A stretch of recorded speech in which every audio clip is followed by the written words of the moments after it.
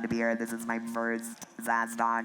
I've had a great few days speaking with partners, potential partners, customers, and even have gotten to meet some of the ActiveCampaign team for the first time in person. I'm thrilled to be here today to talk about product-led growth, but really about fostering a culture of curiosity and experimentation to figure out what version of product-led growth works best for you. We've been on a journey in the last year or so at ActiveCampaign, sort of returning to our roots of product-led growth. As a small company 10 years ago, there was a lot that worked for us. We were very engaged with customers. Everyone was customer-facing, and our product was the way in which we interacted with everyone.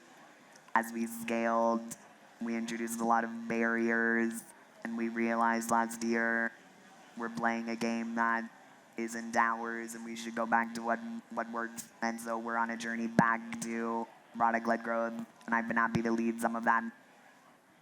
ActiveCampaign is a sales and marketing automation platform that serves growing businesses of all verticals, all sizes, helping automate, orchestrate personalized customer experiences.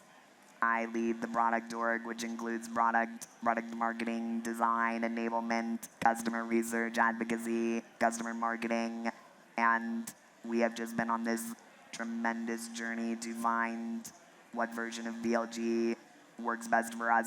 I've had roles in the customer org, sales org, and so I've been really excited to sort of lead from a company standpoint what this looks like. I want to start off that there is not one-size-fits-all framework, checklist for how to do PLG. Your company, your customers, your market, your team is different than any other company. And so the way in which you'll implement and think about PLG will be truly unique. I think that's fun, but also challenging. There are some boundaries, though. There are some things that are true with BLG companies, and so we use them as guides. One, everyone can experience the value of your product before buying. The product comes to the top of the funnel, and it drives everyone through the funnel. Two, there is a spectrum and balance between self-serve and sales.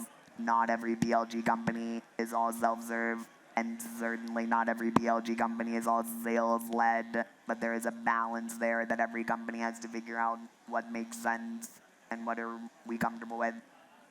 And then thirdly, it's my belief that every PLG company is customer-led. They are deeply engaged with customers. Their customers inform them of their priorities, what's important, what pain points to solve, and they find more and more ways to get deeper with the customer even as they scale instead of further away. But these are all levers. These are all things to play with. I loved that Eli before me talked about playing with levers because this is, again, no one-size-fits-all. And so to approach this with experimentation is really important. Not everything will work. Some things will work. And those are really exciting to sort of double down into. And so I want to talk about some ways we've played with these, ways that we found success and failure in those different levers. So experiencing the product before buying. Your product is now the face of your company. Your product is your brand, and everything starts with the product. And so the way in which your product drives awareness, activation, acquisition, conversion, expansion, retention, your product is the medium that drives everyone through that customer lifecycle. There's lots of ways to express value before someone buys. There have been a couple talks even in this conference of how people have switched from one to the other and things that they've learned. Again, this is a game.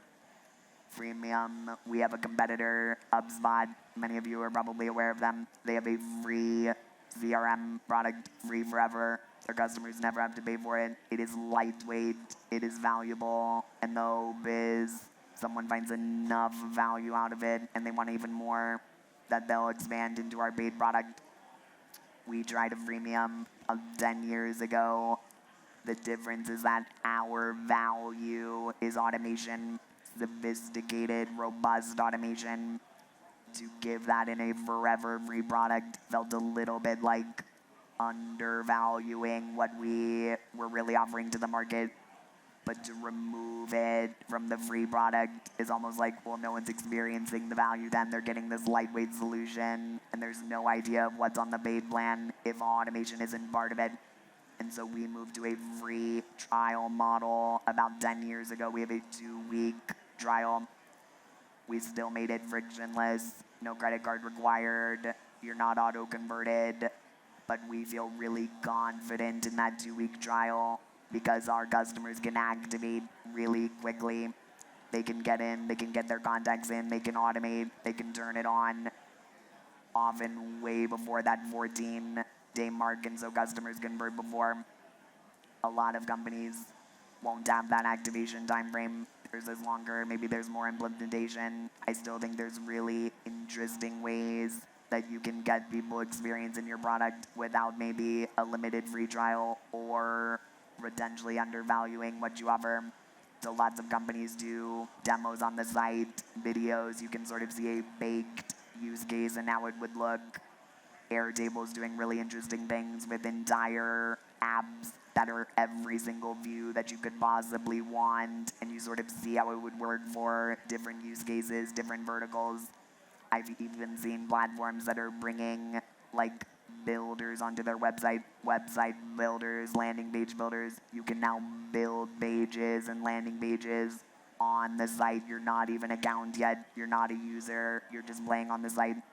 And so really interesting ways to express the value before customers have to pay. Again, I think you should think about what value are you bringing to the market? What are you comfortable giving away for free, potentially forever? If you're not, what might a time frame limit look like? And are you confident in that activation time? Secondly, when we started on our journey back to our roots, there was a lot of fear of, oh my gosh, is sales irrelevant? Is sales useless? What happens to sales? I think BLG allows sales to find even more impact, to go to the really hard opportunities that need relationship, objection handling, negotiation, true effort to move that opportunity to close.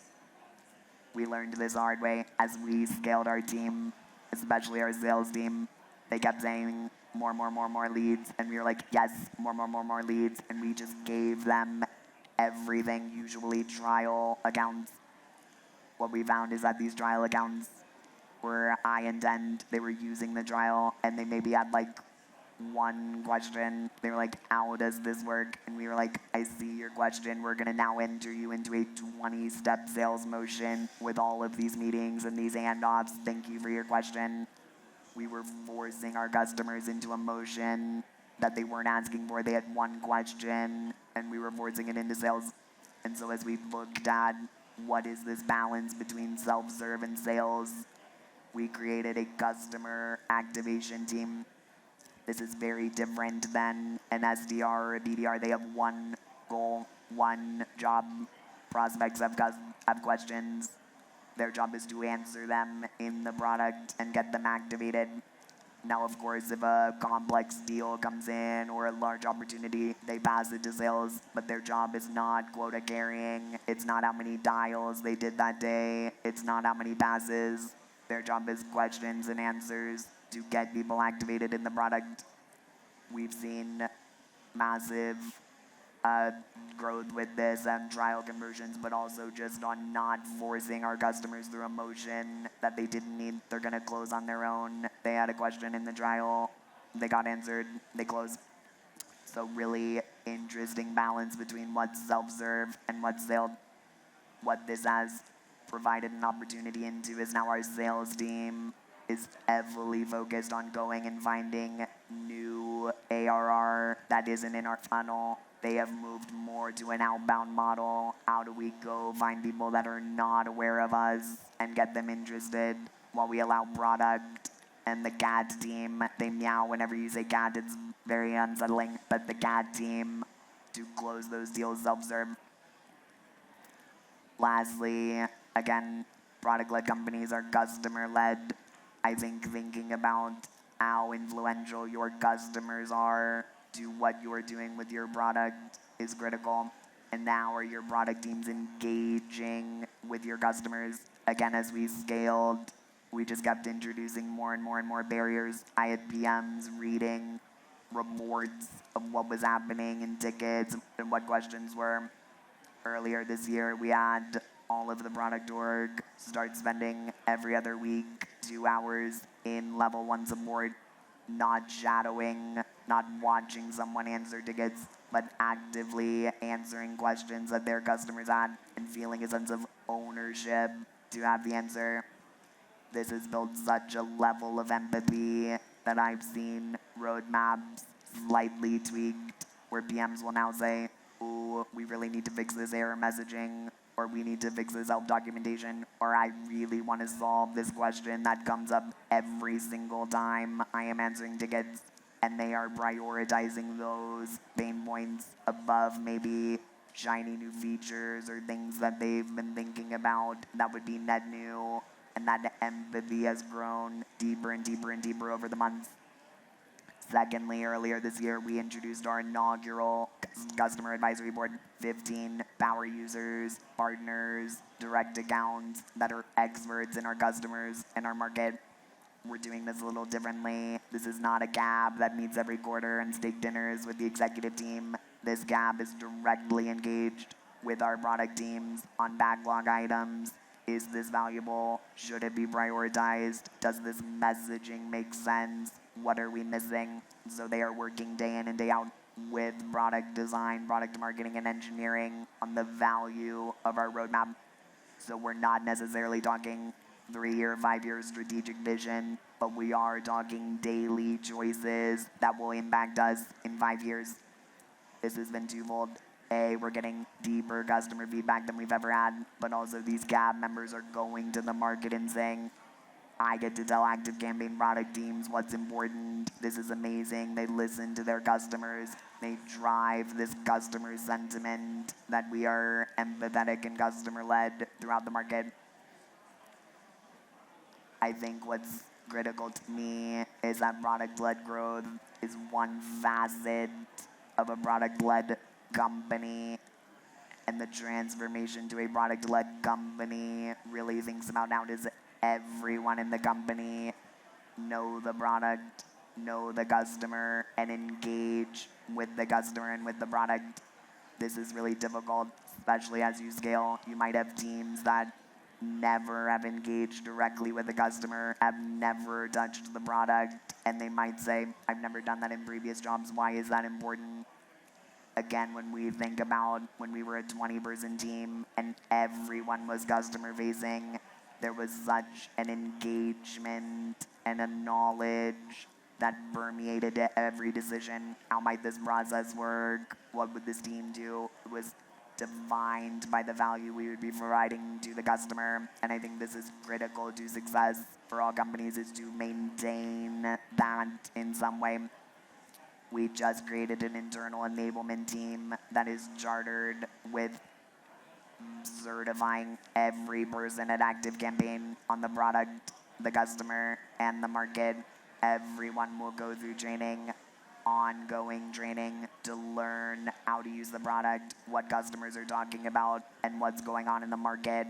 And I have tremendous conviction that this will drive way more success throughout the org than anything else could. So again, just as a reminder, PLG is not the same everywhere. Your PLG will look different than anyone else's, but the levers are yours to play with. How do people experience your product? What value do you want to offer them before conversion? PLG does not mean sales doesn't exist. What is that balance between self-serve and sales-led? What does that handoff look like? Does it make sense? Are you forcing people into a motion that they don't want to go through? And then how do you continue to drive customer engagement, customer involvement in what you're thinking about prioritizing and building? And then that transformation to a product-led company. I think is really the key to all of the massively successful companies I've seen. They are deeply connected to their product and their customer in all functions. So with that, thank you. Happy to take any questions.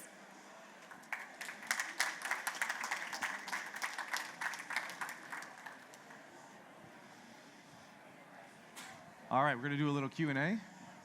Excellent. Hi, that was great. Thank you. I'm curious about the customer advisory board. How did you put that together? I'm just curious, kind of like the framework y'all use, or like the platform, and how you recruited the users. Like, could you just speak more about that? Yeah, of course. So we have a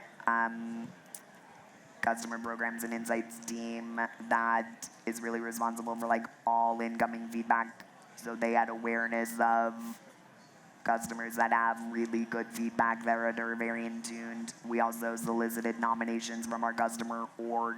So if account managers and CSMs knew, wow, we have this customer that constantly gives really good feedback, is super engaged, we solicited nominations. We took that list, we met with a bunch of them, we tried to get an understanding of what is their level of knowledge of market, customer, and product, what areas do we have a good balance, and then ultimately is it a diverse and equitable board. And so our CPI team took ownership of that, but really solicited names from all of the company. That was great, by the way. Thank you. You mentioned you have an outbound sales team that's chasing down activities or accounts that maybe aren't in the funnel. So what happens once an outbound sales rep maybe finds an opportunity, starts working with them, they're pushed back over, and now they start a free trial? Then does it go back into the traditional funnel segment and your customer activation is working that? How does that work? That rep owns it. If that rep found it, they own it. They're close. So they should be deeply engaged with what are you doing in the trial, what use cases are you opening up, but they own it through conversion. And with the ICP on that, is it more focused on like enterprise accounts that warrant an outbound sales motion, or? I would say not enterprise, so we are mostly SMB mid-market. I would say they're looking for companies that have mature marketing or sales functions, that have used platforms maybe down market and are looking for more sophistication, more robustness. So not enterprise, but definitely slightly up market than what would come in inbound.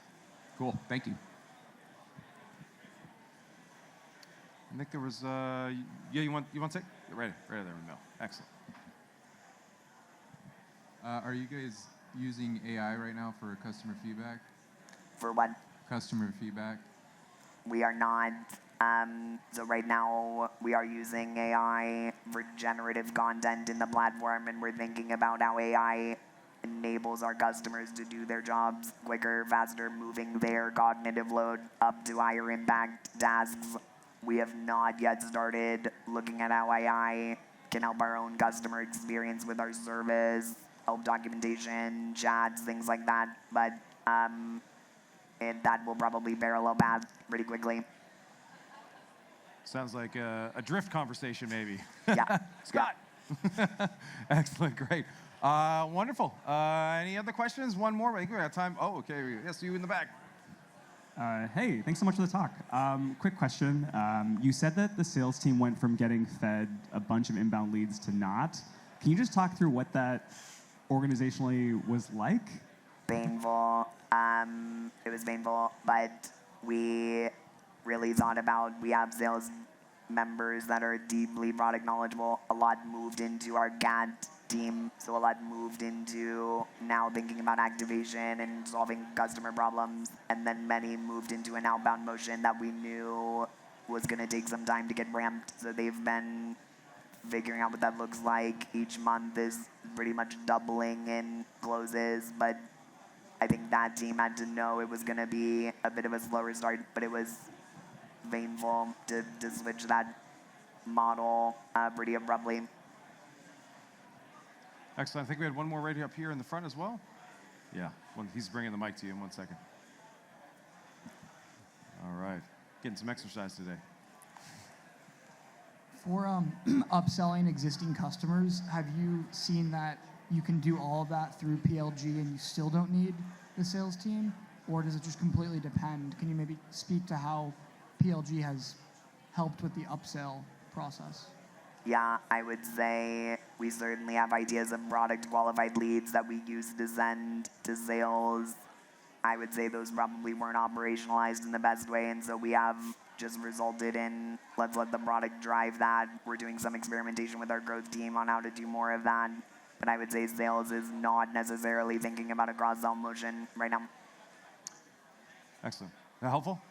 Wonderful. Hey, give a round of applause. Kelly, thank you so much. Yeah, Awesome thank you. session.